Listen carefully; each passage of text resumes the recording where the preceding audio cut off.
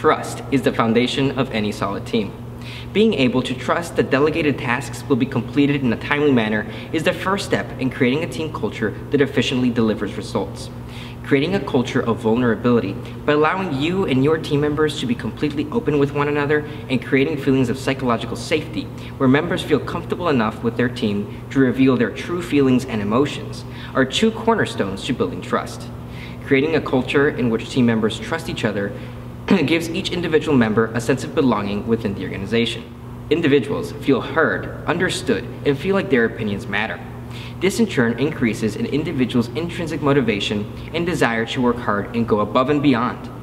Patrick Lencioni, a renowned author on business management and in particular team management, published a book called The 5 Dysfunctions of a Team, in which he discussed the fundamental causes of organizational politics and team failure. In the book, Lencioni develops a model that has proven to assist teams in becoming more cohesive, a model that has even been applied by several different coaches in the National Football League. There are 5 dysfunctions in a team, and the most impactful dysfunction is the absence of trust, where the fear of being vulnerable with team members prevents the building of trust within the team. Here is an example of one of the many ways to demonstrate vulnerability in groups. For this exercise, each person in the group pulls up 2 pictures on their phone that mean a lot to them. Then each person goes around and talks about their photos. This exercise allows for group members to learn more about the things that the other group members see as meaningful and of value to them, and also assists in making each group member more personable. The more transparent you are in your actions as a leader, the more transparent your team will be in theirs, which lessens the potential for doubt in work ethics and reliability. Some ways to establish trust in organizations in which you have leadership roles can be increasing your transparency and showcasing your personal side. By being open about even simple things, like the timeline you're working on, your team members will feel included and have a higher sense of commitment to your organization. Showcasing your personal side and being more vulnerable will allow team members to feel as though they can be vulnerable as well. This will also assist in creating a sense of belonging in each member. And the more team members feel like they belong, the more they will trust each other to accomplish goals that have been set. And the stronger team-wide communication will be. We will cover communication next. The most basic form of communication is verbal, and this covers a wide area, ranging from presentations to participation in teams and meetings. From the report, Falling Short, College Learning and Career Success, 85% of employers view verbal communication as an important skill for college graduates, while 82% search for candidates with written communication skills.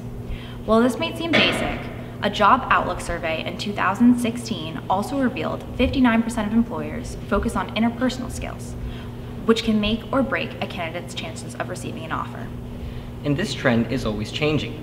With a more technologically driven world, people that work on teams are looking more and more for people with these soft skills. Respondents to the Job Outlook 2016 survey gave slightly greater weight to verbal communication skills and slightly less weight to analytical or quantitative skills compared to the previous year. But why is there such a focus on communication? You communicate daily, so why work on this skill? The reason is because communicating and leading in teams is not the same as with your friends. Feedback is crucial to team success as it identifies deficiencies within team structure and productivity, allowing for concerns to be addressed in an efficient manner. It fosters an open line of communication between the team and the leader, as well as between teammates. But how do you know when a team has clear communication? We've briefly discussed Lencioni's 5 dysfunctions in the past section, but let's think about this from a communications perspective. When teammates trust each other, they feel empowered to advocate for themselves, whether that means presenting new ideas or seeking assistance on a task. This leads us to the fear of conflict. With the 5 rules of communication within the team potentially solidified in a team charter, team members will feel psychologically safe enough for conflicting opinions to be aired and the benefits of diversity exploited. Leaders should see this as a positive sign. It means members have moved past wanting to make positive impressions and instead feel free to express their opinions. The important part as a leader during this stage is to recognize how team members respond to conflict and communicate ideas effectively. According to the Thomas Kilmann Conflict Mode Instrument, these reactions can be broken into 5 areas: competing, collaborating, compromising, avoiding, and accommodating. As a leader, recognize not only what you do, but also how your team members react. Each of these 5 models modes will be required for different situations, and as a leader, it will be your job to identify the best plan of action and communicate your chosen approach clearly. To do this effectively, it is necessary to be self-aware and recognize the impact of a leader's words and actions. Authority, as a whole, is the empowerment of an individual or individuals, and this empowerment is what gives a leader both unwritten and written control of the team. Leaders who actively seek to be good communicators must reflect on how they present themselves and be conscious of their words and actions, and be diligent in their efforts to communicate appropriately, honestly, and effectively. While this is a tall order for people looking to improve their communication skills at a basic level, you can never have enough practice. In a survey conducted by Interact, 69% of managers said they're often uncomfortable communicating with employees.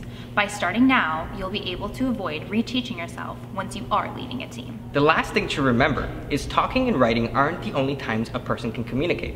Actively listening to those on your team will improve your followership skills, allowing you to be a more self-aware leader. We'll cover this topic next.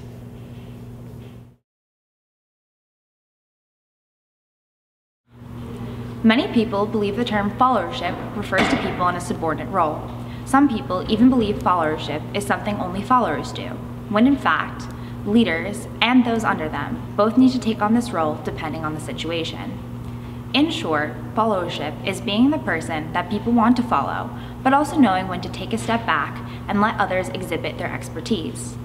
Being able to let go of one's ego and be comfortable with not receiving credit for completing a task is a skill worth practicing. Followership is like taking a ride in the backseat of a car and allowing yourself to see what you can do to become a better driver. Nurturing effective followership means we have to get rid of the idea that leaders create all of the orders and followers carry out the demands. Effective followers must have a high level of organizational understanding so they can see where their work fits into the team's end goal. They must have good communication skills and a strong level of commitment to the bigger picture in order to avoid the previously mentioned fifth Lencioni dysfunction, inattention to results. While leadership has been extensively researched, followership is not well documented. There are only 362 books on Amazon listed that cover followers, with nearly 154,000 that examine leadership.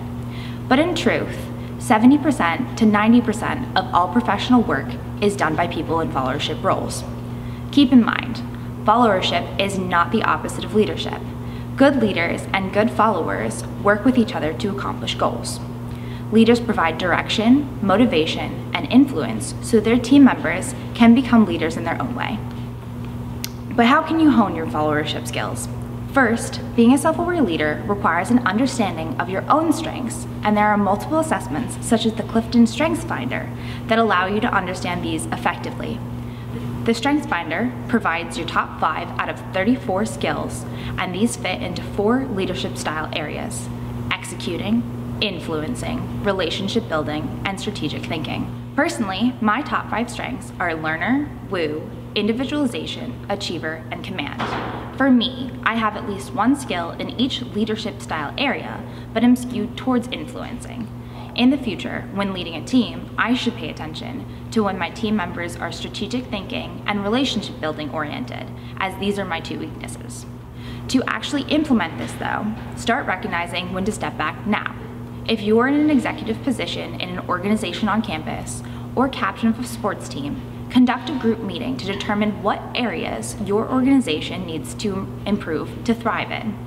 After everyone is on the same page, take time to talk with each member of your team and figure out what their strengths are. Then, match these strengths to the group's needs. Provide team members with jobs that best match their strengths and take a step back.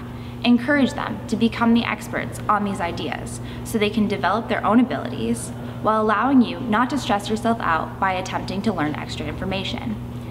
Doing so will not only establish trust within the team, but also combat Lencioni's 3rd and 4th dysfunctions, also mentioned earlier, of lack of commitment and avoidance of accountability.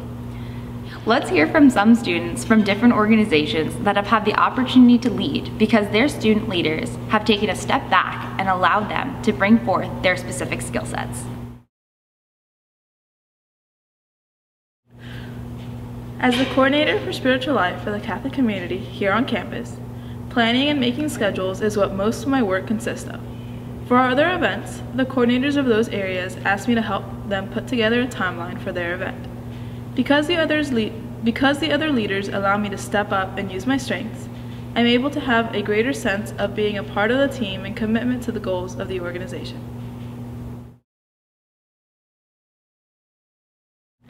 As crisis intervention and resources fall entirely under my jurisdiction, whenever our organization faces a situation in which either of those two topics are prominent, our student directors allow me the opportunity to step forward and lead the rest of our executive board and our organization with the strengths and skill sets that I have in that area. Being given the opportunity to use my skills at an organization-wide level and have my strengths showcased has given me a greater sense of appreciation and dedication to SARU, because I feel as though I have a greater sense of belonging in that organization. As a member of the Johns Hopkins University varsity field hockey team, I've taken on new responsibilities in my senior year.